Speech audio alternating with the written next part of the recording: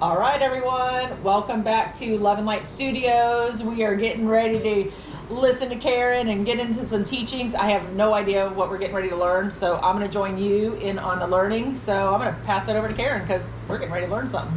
I'm ready. She doesn't know because as I was doing research on our last video we did about what Christians are permitted and not permitted to eat, I ran across something I thought would be an interesting topic because I know a lot of people struggle in this area, and I think we all have. But since the information was so detailed, I decided to do this video. But I want to make sure and let you know where this comes from. It comes from Got Questions. It's like a biblical thing. You can ask them different questions. But anyways, this is what it says.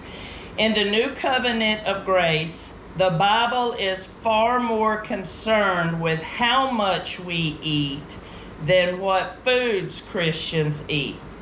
Physical appetites are an analogy of our ability to control ourselves. If we are unable to control our eating habits, we are probably also unable to control other habits, such as those of the mind, which is like lust, covetousness, unrighteous hatred or anger, and unable to keep our mouths from gossip or strife. As Christians, we are not to let our appetites control us. Rather, we are to control them. Now you see why that would be a good topic. Very good topic. Because yes. we were on the question was on the last one, what can Christians eat or not eat? But we never talk about why we're eating too much. Because, I mean, most of America is overweight, and I really don't want to get into all that kind of stuff. Because like I said, you can ask God in your private time, but there's an issue. And it's always been on my heart. When I do it, when somebody else does it, it doesn't matter. It's not pleasing to God, because if you cannot control what you're eating, I promise you, if we were to sit down and have a discussion and you were to be honest, you are struggling in some of these areas. You can ask God to help you, and He will help you. You can put a comment down there, email us. We would be glad to help with any concerns you're having. But this is a time to let's be real and let's be honest. And this is the light part of Love and Light. Yeah, we love everybody, but God is shining a light on this topic. Because like Tanya said, she had no clue what I was going to talk about. Because I just happened to run across this. And it is a big deal. And it's going on. You can look around everywhere. And I'm pretty sure the world is asking, why are most Christians overweight? And a lot of it morbidly overweight. So hey, little steps. Let's start somewhere. First of all, realizing you probably do have problems in those areas. It's very serious. So anyways, there's a few scriptures I saw that can kind of talk about this. Like I said, I'm not going to go a lot into it because that's a private thing, I believe. So let's go to 2 Peter 1:5-9 in the Passion Translation. I'm going to do something a little different. I'm going to let Tanya read this. Okay. Just read it straight. Don't worry about all of my stuff. And then I'm going to comment. All right. Very good. So right here, going to start at the top. Okay, so devote yourselves to lavishly supplementing your faith with goodness, and to goodness add understanding, and to understanding add to the strength of self-control, and to self-control add patient endurance, the ability to keep doing something difficult for a long time, and to patient endurance and godliness, and to godliness add mercy towards your brothers and sisters, add to mercy towards others and unending love. Since these virtues are already planted deep within, and you possess them in an abundant supply, they will keep you from being inactive or fruitless in your pursuit of knowing Jesus Christ more intimately. But if anyone lacks these things, he is blind, constantly closing his eyes to the mysteries of our faith, and forgetting his innocence, for his past sins have been washed away. Oh, thank you. All right. I'm gonna break it down just a little bit. Let's go. So devote yourselves to lavishly supplementing your faith with goodness, and it breaks down and tells other things. But let's go to the commentary at the bottom of the Passion, for yourselves, or by having added your intense effort. The Aramaic can be translated by being under the weight of all of these gifts.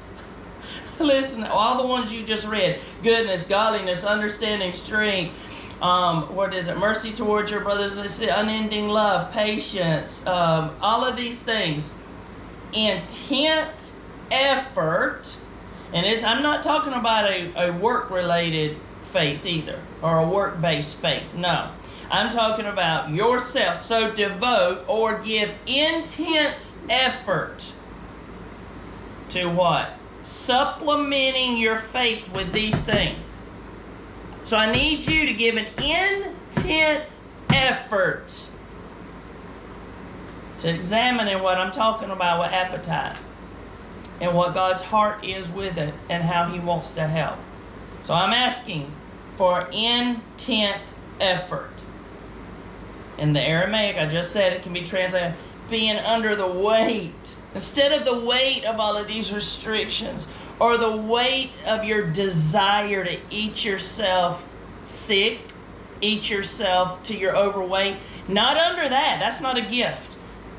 We want to swap that ungodly desire for these gifts.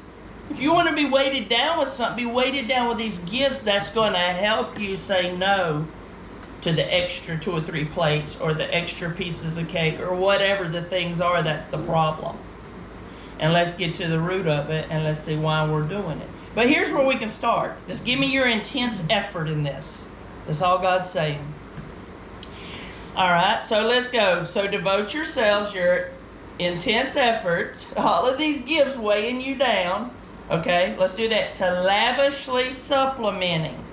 The Greek word, I thought this was cool, so I had to add it. Epikoragio means to completely choreograph.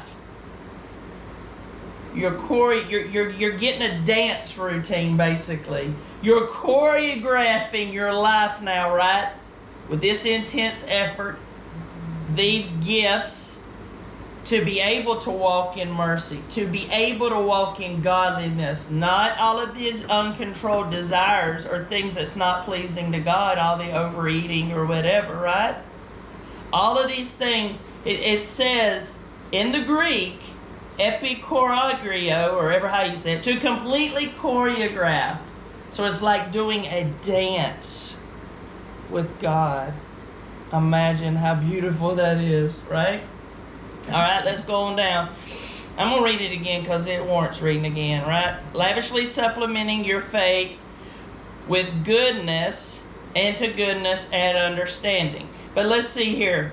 Your faith with goodness. What is goodness? Integrity, virtues of courage, nobleness, moral valor, which is strength of mind or spirit. So if you had all of these things working in you, do you think an appetite would still be running you, controlling you? No. But see, if you go, and let's get to the root of it, why are you doing that? It's usually covering a trauma, or a wound, or hurt, or pain, or something like that. So if we get this stuff and replace it with the weightiness of these gifts of God, easily you can do that dance with God. All right, let me go on and break it down a little bit more. All right, so your faith with goodness, and to goodness add understanding. Don't people want to have some understanding of things in their life or their families, to be able to offer wise counsel? You block your hearing when you allow yourself to participate. And since we're talking about appetite, I'm going to say in overeating. You hinder yourself from hearing when you're participating in things like this. So really, when the person asks the question about the food we're permitted, God's more concerned with this, actually. So that shows the big deal of this. Okay, anyways, your faith with goodness, and your goodness add understanding, and to understanding add the strength of self-control.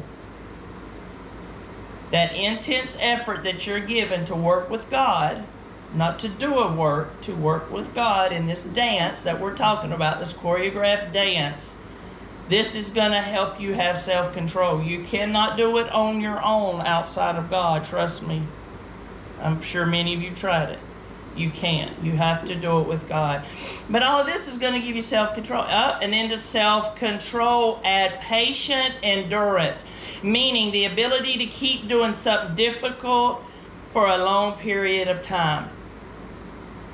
And to patient endurance, add godliness. What is godliness, you ask? I'm glad you asked. The quality or practice of conforming to God's wishes. Is God's wish for us to have an out-of-control appetite? Okay. So godliness is going to look like God's wishes, having self-control. How do you do that? I just told you. Let's give some intense effort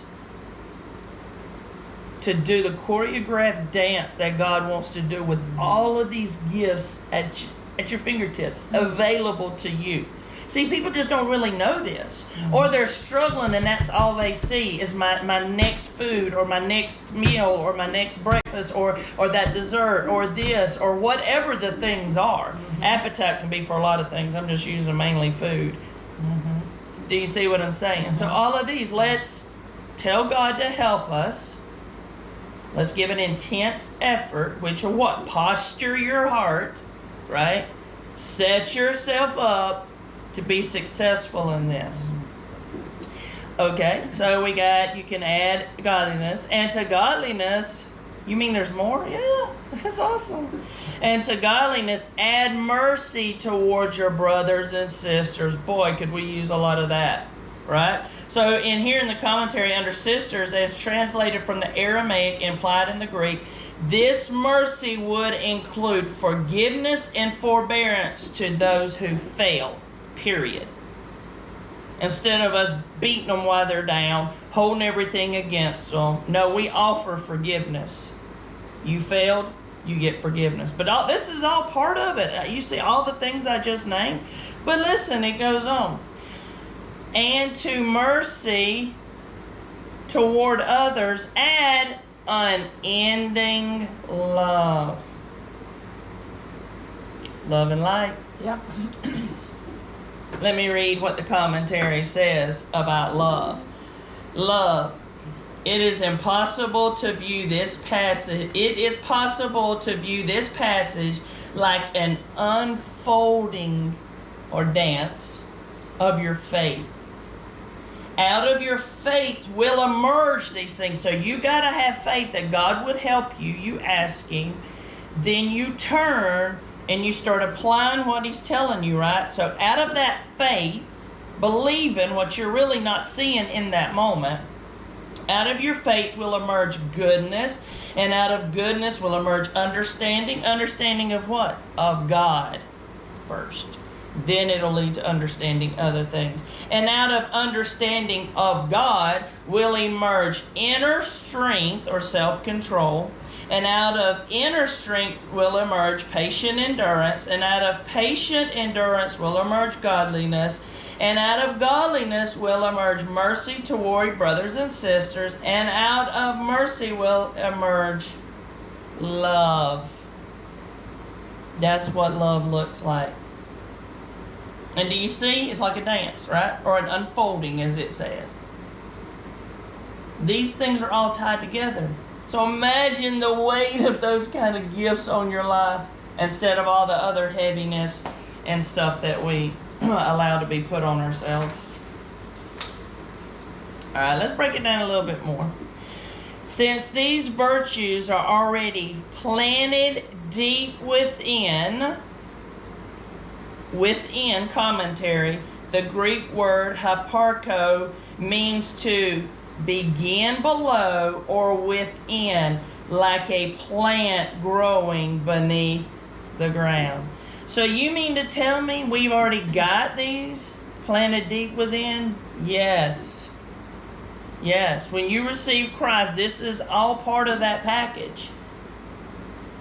You already have all of this stuff. You just don't realize it. You don't know. It hasn't been revealed to you in revelation form.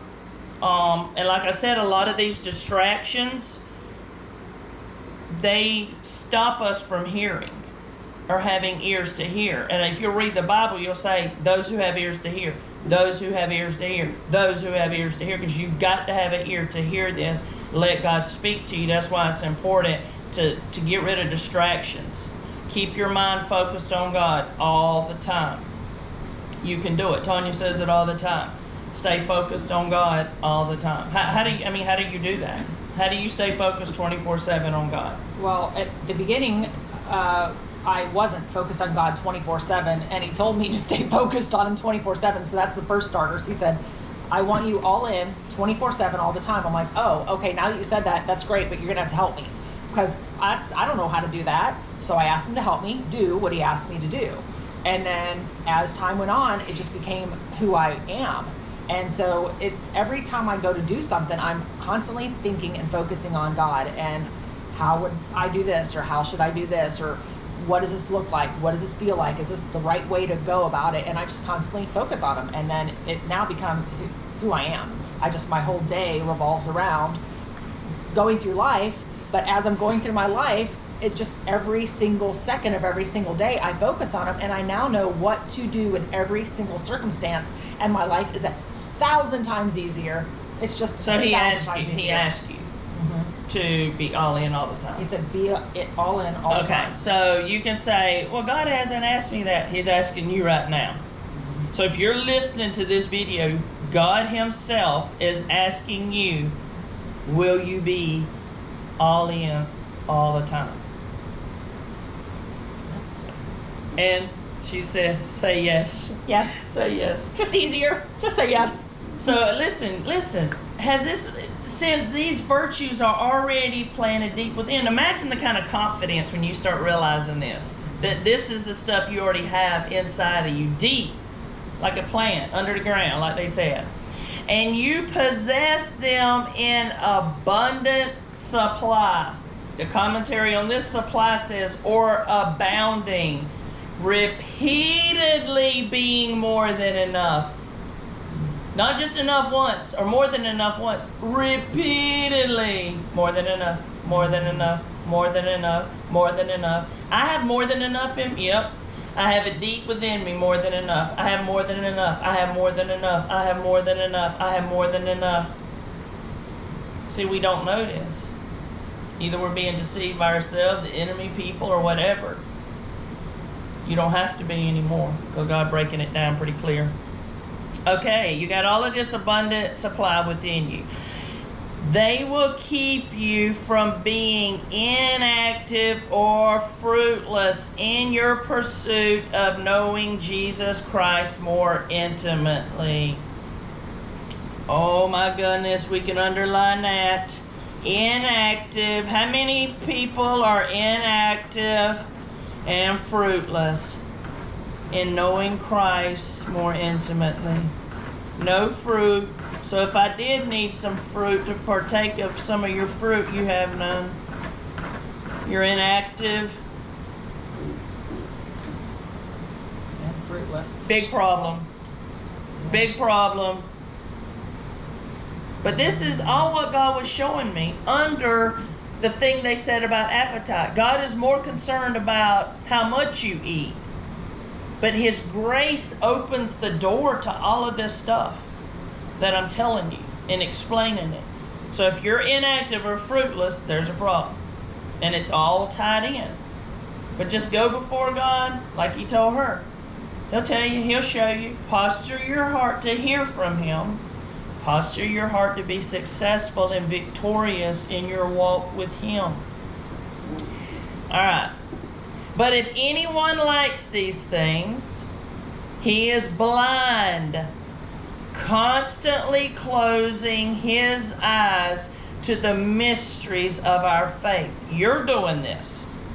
You're blind and forgetting his innocence because your sins have already been washed away. So if you don't understand all this or whatever, it's calling you blind, or I said it earlier, immature. All right, so the commentary on the eyes to the mysteries of our faith, the commentary on faith says, although the Greek word myopezo can mean nearsighted, which means unable to see things clearly unless they're right in front of you. So you're nearsighted spiritually. You cannot see. You're blind, basically. If it's not right in front of you, you really can't see it. It doesn't have to be that way. So if you walk in faith and let God do all this, you'll be able to see way, way, way far. It is a compound word taken from the base word mysterion, or mystery, and optonome, to look upon or to behold. The implication is that when the virtues of the divine nature are not flourishing in believers, it is because they are closing their eyes to the mysteries of our faith. So I'm going to ask one question. Can we open our eyes to the things of God and what He's trying to say in every moment? So that's the thing that I come across while I was looking into the question that somebody had asked, and I come across this, and to me is a pretty big deal. And if y'all want, we can go more into anything. We want to live victorious, and we want everyone to be able to live victorious through Christ. He died so we could do that. He died on a cross so we could live victorious here and on through eternity. We love you guys. Have a good one.